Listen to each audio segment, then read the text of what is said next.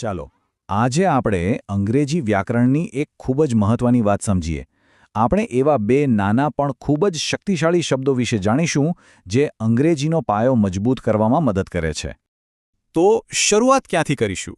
ચાલો સૌથી પાયાની અને જરૂરી વસ્તુથી શરૂ કરીએ, જે છે અંગ્રેજી વાક્યનો પહેલો ઘટક, એકવચન નામ. તો આ એકવચન નામ એટલે શું? બહુ જ સહેલું છે. જ્યારે કોઈ પણ એક જ વ્યક્તિ, જગ્યા કે વસ્તુની વાત થતી હોય ત્યારે એને એકવચન નામ કહેવાય. જેમ કે અ સિટી એટલે કે એક શહેર, અથવા અ ફ્રેન્ડ એટલે કે એક મિત્ર. જેમ કોઈ મકાન બનાવવા માટે પાયો મજબૂત હોવો જોઈએ, બસ એ જ રીતે અંગ્રેજી વાક્ય બનાવવા માટે એકવચન નામ એ પાયા જેવું કામ કરે છે. એના પર જ આખું વાક્ય બને છે. પણ અહીંયા એક મજાની વાત છે. શું વાક્યમાં ખાલી નામ મૂકી દેવાથી કામ ચાલી જાય? ના, ક્યારેક એવું કરવાથી વાક્યો અધૂરા લાગે છે. ચાલો શરૂ કરીએ. ઘણીવાર છે ને અંગ્રેજી વાક્યોમાં એક નાનકડી ભૂલ રહી જાય છે. એટલી નાની કે તરત ધ્યાન પણ ના જાય, પણ એના વગર આખું વાક્ય અધૂરું લાગે. બિલકુલ જાણે કોઈ પઝલનો એક ટુકડો ગાયબ હોય. જરા આ બે વાક્યો પર નજર નાખો.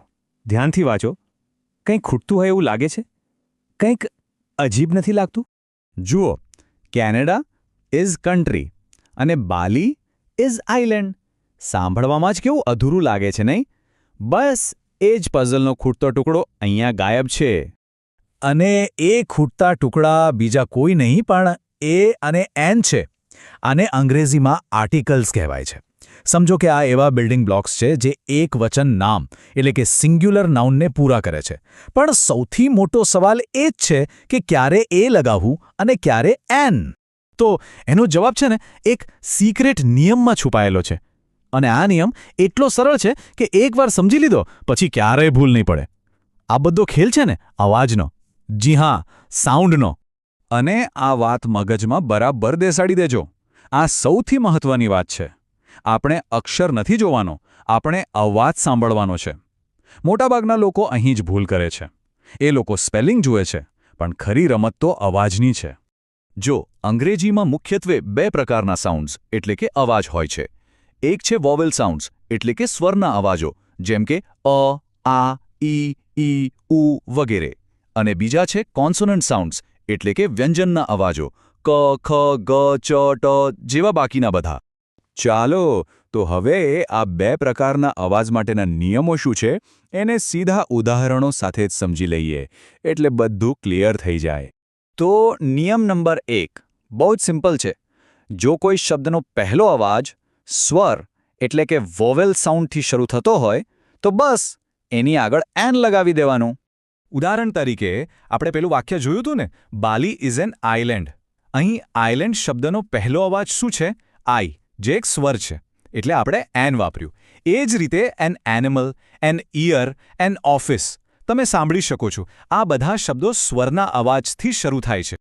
હવે નિયમ નંબર 2 એ તો એનાથી પણ સહેલો છે. જો શબ્દનો પહેલો અવાજ વ્યંજન એટલે કે કોન્સોનન્ટ સાઉન્ડ હોય તો એની આગળ એ આવે. બસ આટલું જ. યાદ છે પેલું બીજું વાક્ય, કેનેડા ઇઝ અ કન્ટ્રી. અહીં કન્ટ્રી શબ્દ કના અવાજથી શરૂ થાય છે અને ક શું છે? વ્યંજન, એટલે આપણે એ લગાવ્યું. એવી જ રીતે a bed, a cat, a friend. એકદમ સીધું સાધું. ચાલો, નિયમો તો હવે મગજમાં બેસી ગયા હશે. તો હવે જે શીખ્યા એને ટેસ્ટ કરવાનો ટાઈમ છે. તૈયાર છો ને? ઓકે, તો અહીં કેટલીક ખાલી જગ્યાઓ છે. એમાં એ આવશે કે એન એ વિચારવાનું છે. જો જરૂર લાગે તો અહીં થોડીવાર અટકીને વિચારી શકાય છે. બસ દરેક શબ્દના પહેલા અવાજ પર ફોકસ કરજો. સારું, ચાલો હવે જવાબો ચેક કરીએ. તો એ ટાઉન, એ સિટી, કારણ કે ટ અને સ વ્યંજનના અવાજ છે.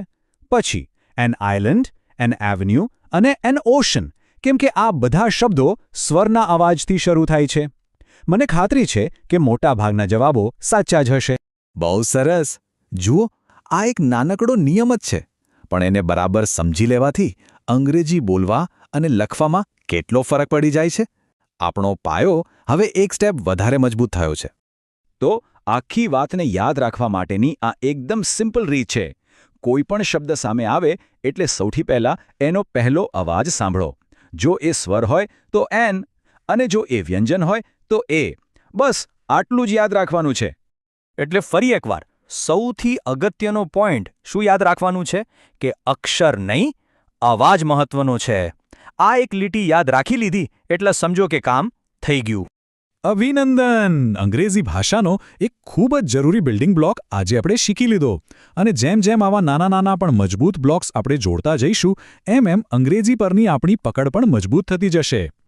આ તો ફક્ત એક બિલ્ડિંગ બ્લોક હતો. હવે વિચારવા જેવી વાત એ છે કે આના જેવા બીજા કયા અંગ્રેજીના બિલ્ડિંગ બ્લોક્સ છે જેને શીખીને આપણે આપણી ભાષાને વધુ સારી બનાવી શકીએ.